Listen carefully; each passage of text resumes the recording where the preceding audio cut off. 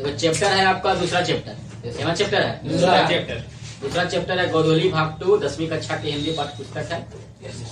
Chapter का नाम है 20 के दांत। क्या चैप्टर का नाम है? 20 के दांत है ना। सेकंड चैप्टर जिसका लेखक है कौन? शर्मा। जन्म इनका हुआ है 18 फरवरी 1916 ईस्वी में और मृत्यु हुआ है 12 सितंबर 1961 ईस्वी। थोड़ा सा कवि का यानी कि जो कहानीकार है उनका परिचय दे देते हैं, है ना। कहानीकार कौन है? नलिन बिलोचन शर्मा। 20 के दांत आपका कहानी है। 20 के दांत आपका क्या है? कहानी है। कहता है कि नलिन बिलोचन शर्मा का जन्म 18 फरवरी 1916 ईस्वी में पटना के बदरघाट में हुआ, यानी बिहार के। कहाँ के हैं? बिहार के। वो भी पटना। ये कहाँ के? पटना के बदरघाट में हुआ। वो जन्मना भोजपुरी भाषी थे। वो कौन सा भाषा बोलते थे? भोजपुरिया भाषा बोलते थे। वे दर्शन और संस्कृत के प्रख्यात विद्वान महामहोपाध्याय पंडित रामावतार शर्मा के ज्येष्ठ पुत्र थे, सबसे बड़े पुत्र, है ना। माता का नाम रत्नावती शर्मा था। माता का नाम क्या था? और पिता का नाम था रामावतार शर्मा। पिता का नाम क्या था? रामावतार शर्मा। और माता का नाम था रत्नावती शर्मा। उनके व्यक्तित्व निर्माण में पिता के पांडित्य के साथ उनकी प्रगतिशील दृष्टि की भी बड़ी भूमिका थी। उनकी स्कूल की पढ़ाई पटना कॉलेजिएट स्कूल से हुई। उनके स्कूल की पढ़ाई कहाँ से हुई? पटना कॉलेजिएट स्कूल से हुई। और पटना विश्वविद्यालय से उन्होंने संस्कृत और हिंदी में एमए किया। सोच लीजिए, संस्कृत और हिंदी में एमए किया, मास्टर ऑफ, है ना, आर्ट्स। वे हर प्रसाद दास जैन कॉलेज, आरा, रांची विश्वविद्यालय और अंत में पटना विश्वविद्यालय में प्राध्यापक भी रहे।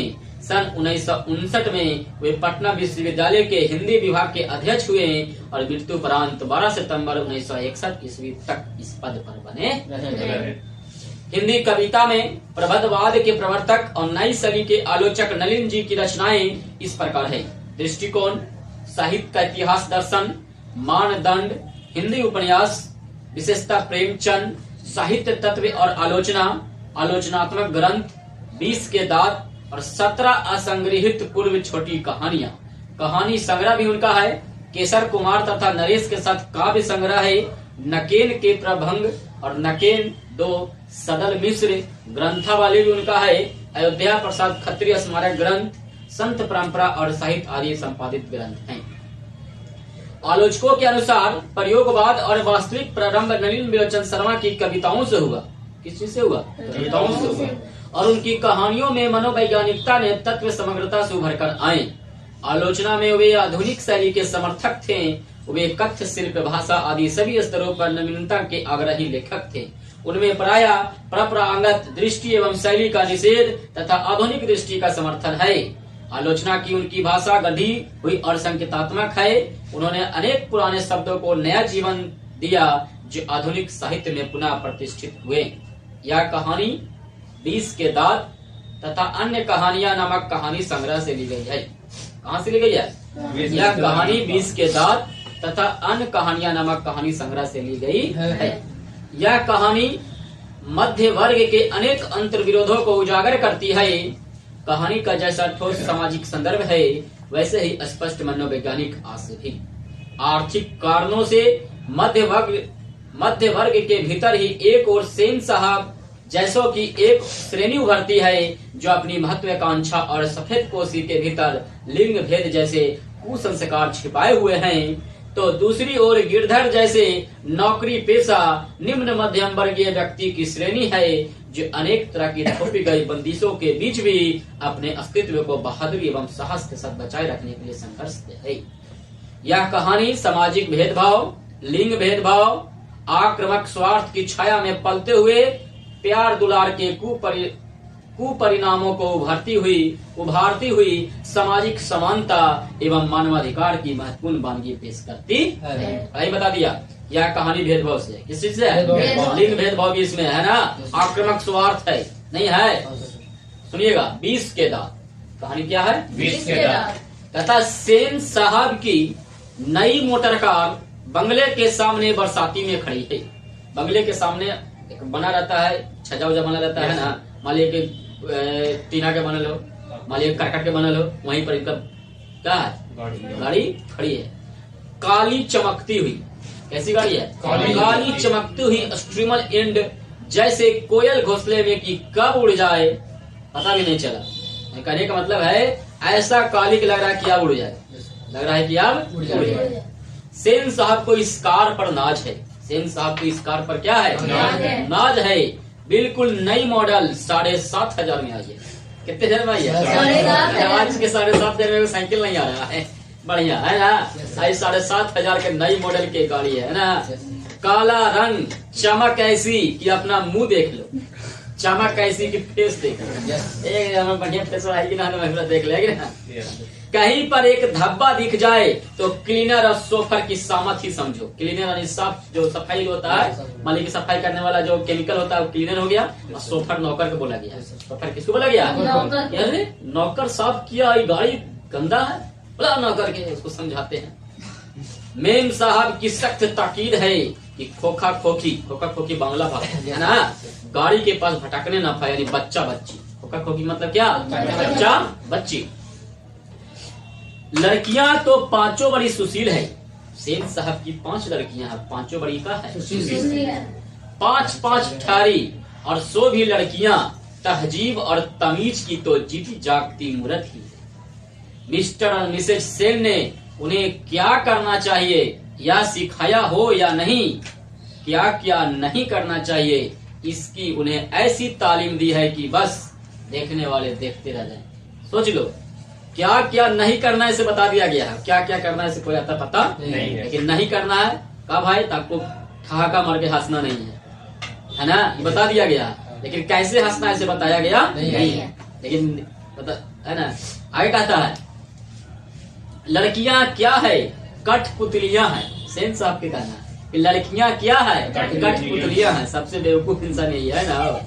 लड़कियां क्या है? कठपुतलियां हैं। और उनके माता पिता को इस बात का गर्व है, उनके माता पिता को इस बात का कहा है। ऐसे भी आदमी दुनिया में है, सेन साहब है ना। आजकल के लड़की IAS और IPS बन रही है और उस पर माता पिता को गर्व हो रहा है, कठपुतली बना के गर्व कर रहा है। सोचने वाली बात है। वे कभी किसी चीज को तोड़ती फोड़ती नहीं, वे दौड़ती है और खेलती भी है, लेकिन सिर्फ शाम के वक्त, वो भी किस वक्त? शाम के वक्त। और चूंकि उन्हें सिखाया गया है कि ये बातें उनकी सेहत के लिए जरूरी है, ये भी सिखाया गया है कि आपको शाम के समय टहलना है, लेकिन किस लिए? सेहत के लिए। अपने खेल कूद को बढ़ावा देने के लिए नहीं, सिर्फ सेहत के लिए ना। वे ऐसी मुस्कुराहट अपने ओंठों पर ला सकती है कि सोसाइटी की तारिकाएं भी उनसे कुछ सीखना चाहे तो सीख ले, पर उन्हें खिलखिलाकर किलकारी मारते हुए किसी ने सुना नहीं है, किसी ने सुना नहीं है आज तक। सेन परिवार के मुलाकाती रस्क के साथ अपने शरारती बच्चों से खींच कर कहते हैं, एक तुम लोग हो और मिसेज सेन की लड़कियां हैं। अबे फूल का गमला तोड़ने के लिए बना है, तुम लोगों के मारे घर में कुछ भी तो नहीं रह सकता। जहां तक सेन परिवार की लड़कियों का सवाल है, उनसे मोटर की चमक दमक कोई खास खतरा नहीं था। बात सही है। हम लोग तो क्या करना है क्या नहीं करना है, कैसे हंसना है कैसे नहीं हंसना है, सब बताया गया है। तो उनसे कोई मोटर की चमक दमक को खतरा है? नहीं, कुछ नहीं है तो बाबू ये है नालायक इंसान है ना। लेकिन खोखा भी तो है ये भाई, खोखा इसको बोलता है बच्चा, उनका है ये खोखा जो एक ही है सबसे छोटा, सबसे खोखा। ना उम्मीद बुढ़ापे की आंखों का तारा है, ना उम्मीद बुढ़ापे की आंखों का। यह नहीं कि मिसेज सेन अपना और बुढ़ापे का कोई ताल्लुक किसी हालत में मानने को तैयार हो। सेन साहब तो सचमुच बुढ़े नहीं लगते। बात सही है, नहीं लगते भाई बुढ़े। 5 लड़की है, एक लड़का, तो ये बुढ़े नहीं लग रहे। लेकिन मानने लगने की बात छोड़िए, हकीकत तो यह है कि खोखा का आविर्भाव तब जाकर हुआ, यानी खोखा का जन्म तब जाकर हुआ था, खोखा का जन्म तब जाकर हुआ था जब उसकी कोई उम्मीद दोनों की बाकी नहीं रह गई थी, दोनों के बाकी नहीं रह गई थी। खोखा जीवन के नियम का अपवाद था, उस पर कोई जीवन के नियम का कोई नियम नहीं था, उस पर कोई लगाम नहीं था, है ना। और यह अस्वाभाविक नहीं था कि वह घर के नियमों का भी अपवाद हो, उस पर घर का भी कोई नियम नहीं लगा हुआ था। इस तरह मोटर को कोई खतरा हो सकता था तो सिर्फ खोखा से। किससे खतरा हो सकता था? खोखा से। बात ऐसी थी कि सीमा, रजनी, आलो, शेफाली और आरती 5 लड़की का नाम है। सीमा, रजनी, आलोक, शेफाली और आरती। क्या क्या नाम है पांचों के? सीमा, रजनी, आलोक, शेफाली और आरती। कभी ऑब्जेक्टिव में पूछेगा कि सेन साहब की पांचों लड़कियों का इनमें से एक नाम क्या है, ठीक है? 4 ऑप्शन दे देगा मान लीजिए, दे देगा सीमा, दे देगा काजल, दे देगा निधि, दे देगा अंजलि। अब उसमें से कौन सही है? सीमा है ना? चारों में एगो सही रहेगा, चारों में एगो का रहेगा, है ना? कभी ऐसा भी दे देगा कि चारों दे देगा, कभी 3 को दे देगा, क्या इनमें से कौन नाम नहीं है, इनमें से कौन नाम दे देगा? सीमा, रजनी, आलो। चौथा में दे देगा, मान लीजिए कि दे दे खुशबू, दे दे खुशबू, दे दे, है ना? तो कहते हैं इनमें से कौन नहीं है? खुशबू। ऐसे भी दे सकता है इनमें से सभी, ऐसे भी दे सकता है, तो कहाँ मरेगा? इनमें से, है ना? कभी आप एक नंबर एक लाइन में पूछ देगा कि सेन साहब की पांचों लड़कियों के नाम बताए, खाली वैसे पूछ देगा 2 नंबर, 5 लड़कियों के नाम बताना। सीमा, रजनी, आलो, शेफाली और इनका भी कभी है बाई चांस किताबें से ट्यूशन में पूछता है। उनके लिए घर में अलग नियम थे, दूसरी तरह की शिक्षा थी और खोखा के लिए अलग, खोखा के लिए दूसरी। कहने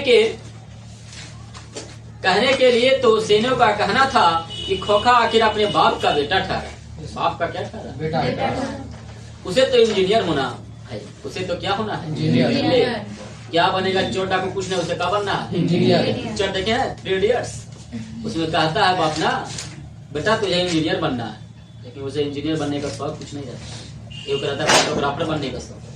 तो बात सही है कि जिस चीज में अगर उसको लगन है वही चीज बनने के लिए उसे प्रेरित किया जाए। ये आगे बताया, देखिए बताया है, क्या बताया सुनिएगा।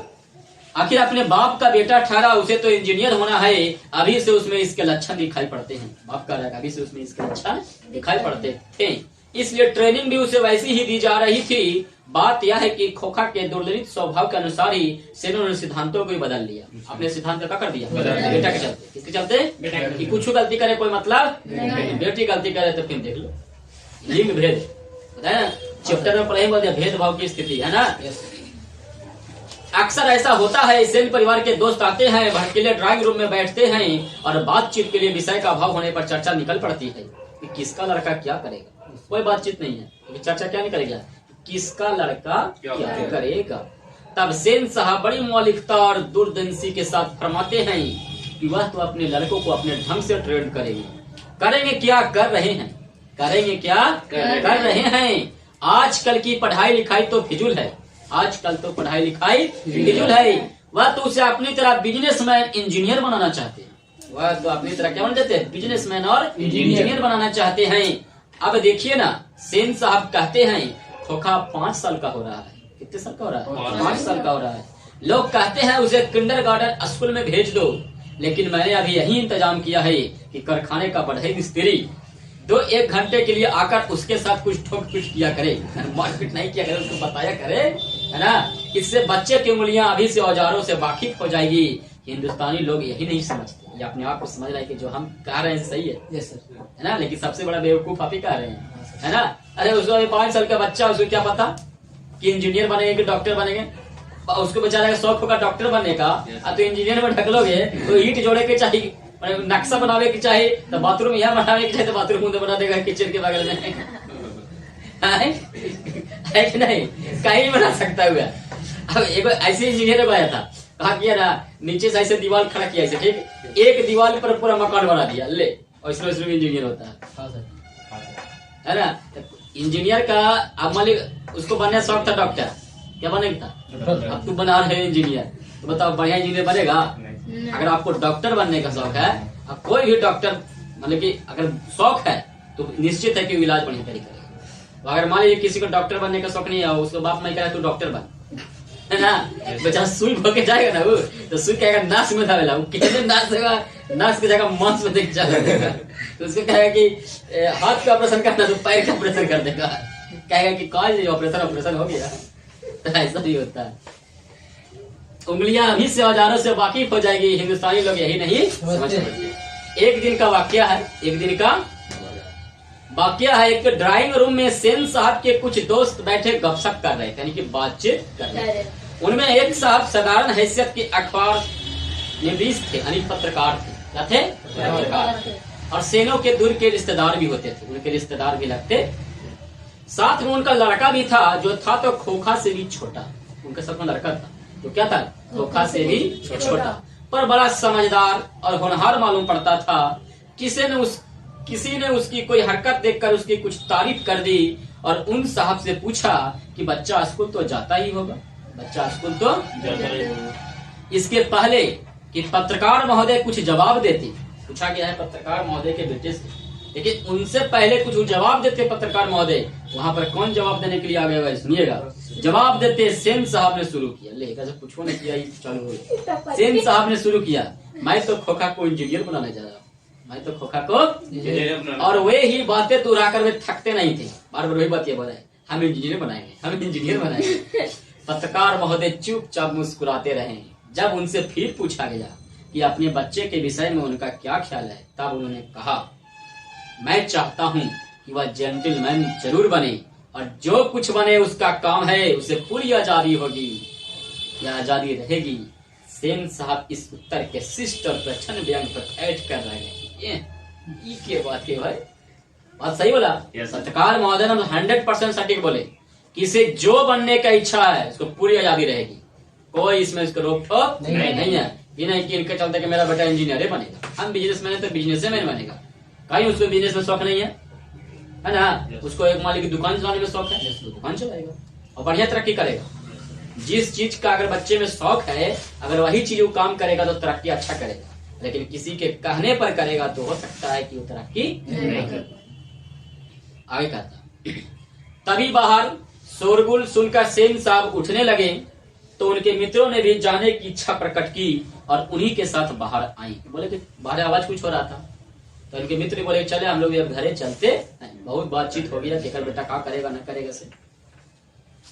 बाहर सेन साहब का सोफर यानी कि नौकर एक औरत से उलझ रहा था, एक औरत के पास एक 5-6 साल का बच्चा खड़ा था जिसे वह रोकने की कोशिश कर रही थी, क्योंकि बच्चा बार बार सोफर की ओर झपटता मारता। सोफर की ओर क्या करता था, झपटता, बच्चा लोग वही करता है, मम्मी खींचो खींचे था तुम कहियो ना, एगो हाथ हम ऐसे कर ले, है ना, झपट्टा मारता था। सेन साहब को देखकर औरत सहम गई, सेन साहब को देखकर औरत सहम गई। भाई देखा कि भाई साहब आए हैं। सोफर ने साहब की ओर बढ़कर अदब के साथ कहा, यानी कि थोड़ा सा कहा है ना, पहुंच के दम इज्जत के साथ कहा, देखिए साहब, मदन गाड़ी को छू रहा था, जब लेखवा था जैसे हथवा करके दम झपट्टा मारा था ना, उसका नाम मदन था, नाम क्या था, मदन।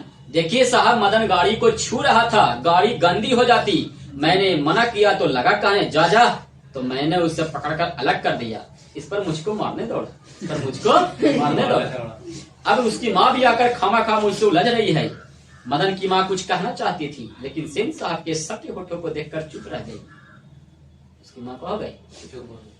सेन साहब ने बड़े संयत पर कठोर स्वर में कहा, मदन की माँ, मदन को ले जाओ, देखना फिर ऐसी हरकत न करे। मदन की माँ अपने बच्चे के बाएं घुटने से निकलते हुए खून को पोंछती हुई चली गई। ड्राइवर ने शायद धकेल दिया था और वह गिर पड़ा था, चक्कर हो गया था, गिर गया था। लेकिन एक मामूली किरानी के बेटे को सेन साहब के ड्राइवर ने धक्का दे दिया और उसे चोट आ गई, तो आखिर ऐसी कौन सी बात हो गई। इसका किरानी था, जो मदन के बाबूजी थे ना, इसका थे किरानी, यानी इसी का काम करता। फिर किसी वक्त मोटर के पीछे खटखट की आवाज सुनकर सेन साहब लपके, सोफर भी दौड़ा और लोग सीढ़ियों से उतरकर अपनी अपनी गाड़ियों की ओर चले। सभी ने देखा सेन साहब खोखा को गोद में लेकर उसे हल्की मुस्कुराहट के साथ डांट रहे हैं और मोटर की पिछली बत्ती का लाल शीशा चकनाचूर हो गया है। बेचारा के अपना, अरे कहा कुछ न हो, शीशे टूटता है ना, लेकिन ये तोड़ देता लिखवा, देख तो कि बवाल हो गया था खड़ा है ना, लेकिन बेटा थोड़ा सा कोई फर्क नहीं पड़ने वाला है। मुस्कुराहट के साथ डांट रहे हैं और मोटर की पिछली बत्ती का लाल शीशा चकनाचूर हो गया है। सेन साहब ने मित्रों को संबोधित करते हुए कहा, देखा आप लोगों ने, बड़ा शरारती हो गया है कासू, उसका बेटा का नाम है कासू, मोटर के पीछे हरदम पड़ा रहता है। उसके कल पुर्जों में इसको अभी से इतनी दिलचस्पी है कि क्या बताऊं। शायद देखना चाह रहा था कि आखिर इस बत्ती के अंदर है क्या, है क्या। अल्लाह सच बड़ाई कर रहे हैं। सेन साहब खोखा को जमीन पर रखकर अपने दोस्तों के साथ उनकी कार की ओर चले। उन्होंने अपने मित्रों की भाव भंगिमा देखी नहीं, देखते भी तो कुछ समझ पाते, इसमें शक ही था। मिस्टर सिंह अपनी कार के पास पहुंचे और दोस्तों से उसने नाम था मिस्टर सिंह, और सेन साहब को नमस्कार कर दरवाजा खोलने के लिए बढ़े और फिर रुक गए। दरवाजा खोलने के लिए बढ़े और फिर रुक गए। उनको नजर पड़ा चक्का पर। नजर कहाँ पड़ा? चक्का पर। रुक गए। उनकी निगाह अचानक ही अगले चक्के पर गई। कौन चक्का पर? अगले चक्के पर गई थी। उन्होंने नजदीक जाकर देखा और परेशानी की हालत में खड़े हो गए। टायर बिल्कुल बैठ गया था। बाबू हवा निकाल दिए थे, है ना? शायद पंक्चर हो गया था। सेन साहब आगे बढ़ आए और कुछ झिझकते हुए बोले, कहीं ऐसा तो नहीं है कि कासू ने हवा निकाल दी हो? ड्राइवर जरा दूसरे चक्कों को भी देख लो और पंप ले आकर हवा भर दो, और हाँ कुर्सियां लॉन में लगवा दो, तब तक हम यहाँ बैठते। ड्राइवर ने एक कार का चक्का लगाकर सूचना दी कि दूसरी ओर के पिछले चक्के की भी हवा निकाली हुई थी। काम तो कासू बाबू का ही मालूम पड़ता है, इधर ही खेल रहे थे, शोफर ने बताया और पंप लाने चलते रहे। मुखर्जी साहब की गाड़ी सकुशल थी और वह अपने और पत्रकार महोदय के परिवार के साथ चलते बने। पत्रकार महोदय और मुखर्जी साहब का हो गए, चलते रहे, उनका गाड़ी के कुछ हुआ नहीं। सेन साहब और मिस्टर सी लॉन की कुर्सियों पर बैठकर बातें करते रहे। बातों के सिलसिले में ही सेन साहब ने बतलाया कि कासू ने इधर चक्कों से हवा निकालने की हिकमत जान ली थी और मौका मिलते शरारत कर गुजरता था। उनका अपना ख्याल था। उसकी इन हरकतों को देखकर तो यह साफ मालूम होता था कि इंजीनियर में उसकी दिलचस्पी है, इंजीनियरिंग में उसकी दिलचस्पी है। इसी तरह की दूसरी बेमतलब की बातें होती रही जब तक कि चक्कों में पंप नहीं हो गया और मिस्टर सी रुस्खत नहीं हो गया। मिस्टर सी चले। सेन साहब अंदर लौटे तो बेयारा को, खाना बनाने वाला जो रहता है उसको बेयारा बोला गया। क्या बोला गया? खाना में देता था कौन? सेन साहब को, है ना, तो उसको बेयारा बोला गया। बेयारा को मदन के पिता गिरधर लाल को, जो लड़ाई किया था, झपट्टा मारा था, उसका मदन नाम था, उसके पिताजी का नाम था गिरधर लाल। मदन के पिता गिरधर लाल को, जो उनकी फैक्ट्री में किरानी था, फैक्ट्री में क्या था? किरानी था। अहाते के एक कोने में आउट हाउस में रहता था। बुला लाने का हुक्म दिया, जाओ उसको बुला के ला दो। उसका बेटा बड़ी झपट्टा मार रहा था। गिरधर लाल आया और सेन साहब के सामने सिर झुका कर खड़ा हो गया। क्या झुका कर? सिर झुका करके, हुजूर बोलिए, क्या बात है ना? जैसा खून के जुर्म में कैदी जज के सामने खड़ा हो। सोचिए, है ना? सेन साहब ने ठंडी बेलाउस आवाज में कहना शुरू किया, देखो गिरधर, मदन आजकल बहुत शौक हो गया है। मैं तुम्हारी और उसकी भलाई चाहता हूँ। गाड़ी को गंदा किया हुआ अलग, मना करने पर ड्राइवर को मारने दौड़ा। मना करने पर ड्राइवर को मारने दौड़ा और मेरे सामने में डरने के बदले उसकी ओर झपटता रहा। ऐसे ही लड़के आगे चलकर गुंडे चोर और डाकू बनते हैं। ऐसे ही लड़के आगे चलकर गुंडे चोर और डाकू बनते हैं। गिरधर लाल कभी कभी जी कह देता था कि जी बेचारा क्या बोले, है ना? मालिक उसको डांट रहा, बेचारा क्या बोले। सेन साहब का भाषण जारी था। उसकी हालत क्या होती है तुम जानते ही हो, उसे संभालने की कोशिश करो, फिर ऐसी बात हुई तो अच्छा नहीं होगा, तुम जा सकते। हरी खोटी सुनाए, बेचारे चल गया। उस रात गिरधर लाल के क्वार्टर से आते हुए मदन की चित्कार से सेनों का रामदेश से अंगार गूंज गया। बेचारा पिटाया है एकदम गिरधर लाल से, है ना? आराम में खलल पड़ने से कुछ झुंझलाकर पिता सेन ने धर्म पत्नी से बड़ी समझदारी की बात कही। गिरधर खुद समझदार आदमी है। गिरधर खुद समझदार आदमी है। उसकी बीवी ने ही लड़के के बिगाड़ दिया है। उसकी बीवी ने ही लड़के को बिगाड़ दिया। मदन की यही दवा है। मेरी तो तबीयत हुई थी कि कब वक्त की खाल उधेड़ दूं। गिरधर ने ऐसी ही कड़ाई जारी रखी तो शायद ठीक हो जाए। Spare the rod and spoil the child. बच्चे जो होते हैं बदमाशी करते हैं तो इंग्लिश में इसको बोल देगा, spare the rod and swipe the child. माता सेन की नींद उचट गई थी। माता सेन की नींद उचट गई थी। उन्हें मदन की कातर चिल्लाहट से ज्यादा अपने पति की बकबक पर खींच आ रही थी। ले बेचारा रो रहा था, उससे ज्यादा नहीं। अगर पति इतने बकबक कर रहा था अपने पे खींच आ रही थी, कम वक्त खींच आ रही थी। लेकिन उन्होंने भी अपनी खींच मदन पर ही उतारी। क्या करे बेचारा, इसका विरोध नहीं कर सकती है, पत्नी ना है ना? कम वक्त कैसे कौवे की तरह चिल्ला रहा है, भीख मंगा कहीं का, खोखा की बराबरी करता फिरता है। में हाँ मिला देता है कि ना? मदन का आर्त रुदन रुक गया था। खैरियत थी। उसकी सिसकियां सेनों के श्रृंगार तक नहीं पहुंच सकती थी। लेकिन दूसरे दिन तो बिल्कुल बेढंग मामला हो गया। दिन तो हो गया, मारपीट खा लिया, लेकिन दूसरे दिन बिल्कुल बेढंग मामला हो गया। क्या मामला हो गया भाई? शाम के वक्त खेलता कूदता खोखा यानी कि कासू बंगले के अहाते की बगल वाली गली में जा निकला। वहां धूल में मदन पड़ोसियों के आवारागर्द छोकरों के साथ लट्टू नचा रहा था। मदन लट्टू नचा रहा था, अब पहुंच गया ये कौन, कासू। खोखा ने देखा तो उसकी तबीयत मचल गई कि अरे हम भी खेलेगा, है ना। हंस कौओं की जमात में शामिल होने के लिए ललक गया, लेकिन आदत से लाचार उसने बड़े रोब के साथ मदन से कहा, हमको लट्टू दो, हम भी खेलेगा। तो लट्टू हम भी खेलेगा, रोब के साथ, है ना। ये रोब चलता होकर गली में, घर में रोब चलते हो। दूसरे लड़कों को कोई खास उर्ज नहीं थी, वे खोखा को अपनी जमात में ले लेने के फायदों को नजरअंदाज नहीं कर सकते थे। सोचा भाई मालिक के बेटा इसको जमात में ले लो, है ना। लेकिन था वहां पर एक मदन, है ना। पर उनके अपमानित प्रताड़ित लीडर मदन, है ना, को यह बात कम मंजूर हो सकती थी। उसने छूटते ही जवाब दिया, अबे भाग जा यहाँ से, बड़ा या लट्टू खेलने वाला है भी लट्टू तेरे, जा अपने बाबा की मोटर पर जाके बैठ। दिया है जवाब दंड है कि नहीं, जा अपने बाबा की मोटर पर जाके बैठ। कासू तैस में आते हैं, हमरा ऐसे बोल दिया तो इसको समझाते हैं, है ना। वह इसी उम्र में नौकरों पर अपनी बहनों पर हाथ चला देता था। ऐसे ऐसे बोला तो कासू का गुस्सा आ गया, तो इसी उम्र में अपनी बहन के नौकर में मार देता था। भाई तो घर में बाहर के नौकर के मार देते कोई फर्क नहीं पड़ता था, है ना। और क्या मजा उसे कोई कुछ कर दे, उसने आओ देखा ना था, मदर के एक गुस्सा कर दिया, एक गुस्सा मार दिया। कौन? कासू। एक गुस्सा रसीद कर दिया। चोर गुंडा डाकू होने वाला मदन भी कब मानने वाला था, वो कह गया हमारा मार दे। वह झट कासू पर टूट पड़ा। दूसरे लड़के जरा हट कर इसी द्वंद युद्ध का मजा लेने लगे। यार वो लड़ाई हो रहा है, लेकिन यह लड़ाई हड्डी और मांस के, बंगले के पिल्ले और गली के कुत्ते की लड़ाई थी। हाथे में यही लड़ाई होती तो कासू शेर हो जाता। अगर उसके घर में लड़ाई होता कासू का हो जाता, लेकिन गली में लड़ाई हो रहा। और सर जय सब समझ ले रहे। वहां से तो 1 मिनट बाद भी रोता हुआ जान लेकर भाग निकला।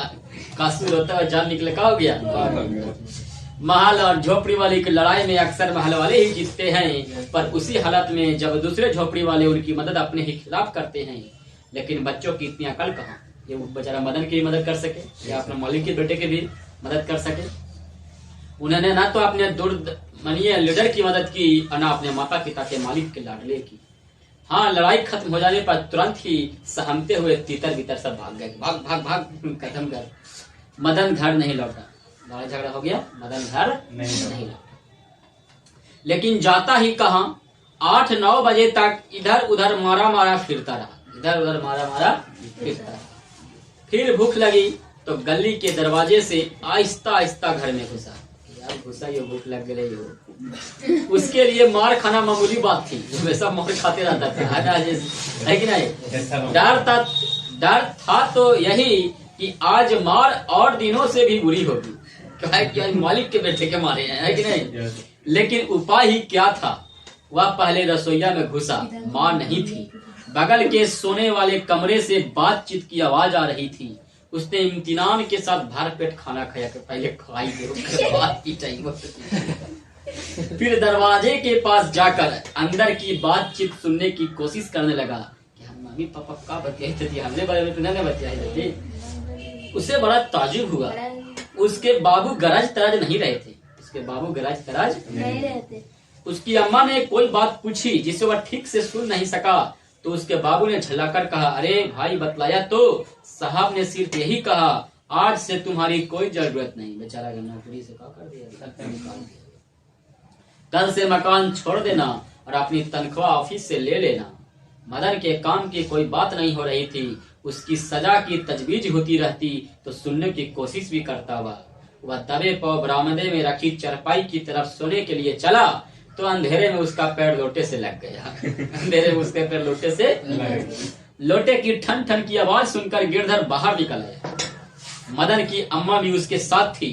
मदन चौंक कर घुमा, बाबूजी आ गए, और मार खाने की तैयारी में आज छाती को अपने हाथों से बांधकर खड़ा हो गया, लीजिए हमारी है, हम तैयार हैं। बेचारा मार खाने तैयार है कि ना। मदन अक्सर अपने पिता के हाथों पीटता था, बहुत पीटने पर रोता भी था, मगर बहादुरी के साथ। मगर गिरधर निसहाय निष्ठुरता के साथ मदन की ओर बढ़ा। मदन ने अपने दांत पिटाई गिरधर मदन के बिल्कुल पास आ गया था। गिरधर मदन के बिल्कुल पास आ गया था। अचानक वह ठिठक गया। अचानक वह गिरधर रुक गया। उसके चेहरे से नाराजगी का बादल हट गया। उसने लपक कर मदन को हाथों से उठा लिया। मारा पीटा भी नहीं, हाथों से पकड़ लिया। उसके चेहरे से नाराजगी का बादल हट गया। उसने लपक कर मदन को हाथों से उठा लिया। मदन हक्का बक्का अपने पिता को देख रहा था। ये आज कब रे भाई। उसे याद नहीं उसके पिता ने कब उसे इस तरह का प्यार किया था। अगर कभी किया था तो गिरधर उसे बेपरवाही, उल्लास और गर्व के साथ बोल उठा, जो किसी के लिए भी नौकरी से निकाले जाने पर ही मुमकिन हो सकता है। शाबाश बेटा, एक तेरा बाप है और तूने तो भी खोखा के दो दांत तोड़ डाले। क्या था, नौकरी से निकाला तो निकाला, अच्छा किया, है ना। अब कहानी कहा गया आपका, यही कहानी था। कौन सा कहानी था? 20 के दांत।